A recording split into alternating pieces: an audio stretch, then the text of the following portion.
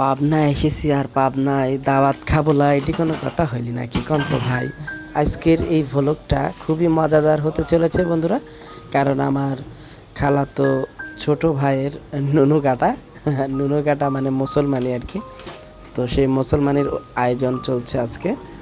তো দেখতে পাচ্ছেন বিশাল বড় বড় ডেক দিয়ে তৈরি হচ্ছে দাওয়াতের আয়োজন।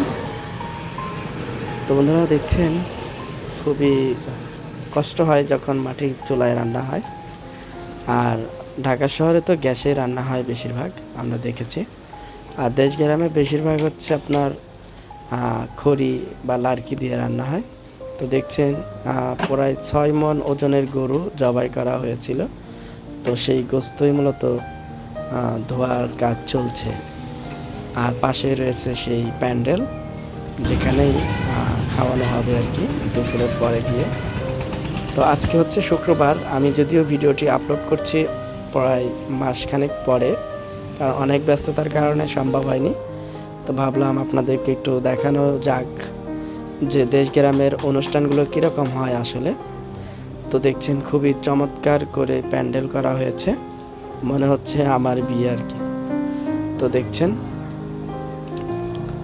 তো চেয়ার মেয়ার সব কিছু আনা হয়েছে, এ টু জেড যা যা লাগে। ওদিকে রান্না চলছে, খাওয়া দাওয়া হয় মূলত দেশ গ্রামে দুপুরের পরে, আর বিশেষ করে গরুর গোস্ত থাকে, ডাল থাকে। দেশ গ্রামের অনুষ্ঠান সাদা মাঠে হয় আর কি। তো আমাকে দেখছেন আমি লুঙ্গি পরে বসে আছি, প্রচণ্ড গরম ভাই। ঈদের পরে যে সপ্তাহটা গিয়েছে এত পরিমাণ গরম, এই গরমে দাওয়াত খেলে আপনি হয়তো স্টক করবেন, এরকম গরম ছিল ঈদের পরে। তো দেখছেন খুবই আয়োজন প্রায় শেষের পরে, কিছুক্ষণ পরে খাবার দেওয়া হবে। আমি স্কিপ করে গিয়েছি অনেকটাই, কারণ এত গরমের মধ্যে ভিডিও করেও শান্তি নেই ভাই। তো যতটুকু সম্ভব হয়েছে আপনাদের দেখানোর চেষ্টা করেছি দেশ গ্রামের অনুষ্ঠানগুলো আসলে কীরকম হয়ে থাকে।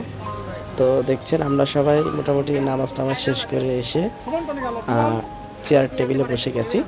আসলে আমার নানির বংশের আমাদের আত্মীয় স্বজন এত বেশি যা আপনি গুণেও হিসাব করতে পারবেন না।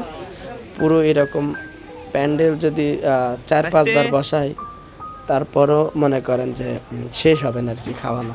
তো দেখছেন এখানে যতগুলো মানুষ আছে সবই আমার খালাতো ভাই, মামাতো ভাই, এগুলো সবই আমাদের আত্মীয়। তো এই টেবিলের মধ্যে যাদের দেখছেন এরা সবই আমার ছোট ভাই, আমি ওদের সাথে বসছি। এটা আমার আপন ছোট ভাই, ডান পাশে দেখছেন, আর এগুলো সবই আমার খালাতো ভাই। তো ওই পাশের টেবিলে রয়েছে আমাদের মামাতো ভাই, তারপরে ভাতিজারা রয়েছে, ছোট ছোট ভাতিজা রয়েছে, এটা হচ্ছে ভাতিজা, আর এইগুলো হচ্ছে মামাতো ভাই, আর এটা হচ্ছে আমার খালাতো ভাই, এটা আমার বড়। তো এরকম আয়োজন আসলে অনেক দিন পরে বাড়িতে গেলে খুবই হেল্পফুল হয়, খুবই মজাদার। আর দেশ গ্রামে একটি ইয়ে রয়েছে ক্ষীর খাওয়ানো, দেখতে পাচ্ছেন আমি নিজেই ক্ষীর খাওয়াচ্ছি, কারণ আমার যে ছোট ভাইটার মুসলমানি, ও খেতে খেতে আর খেতে পারছে না। তো আমাকে বললো ভাই আপনি ওনাদের খাওয়াই দেন। তো আমার ছোট ছোট ভাই বোন যারা আছে, এটা আমার ছোট বোন আর কি, খালাতো বোন, তা আমি তাদেরকে খাইয়ে দিচ্ছি।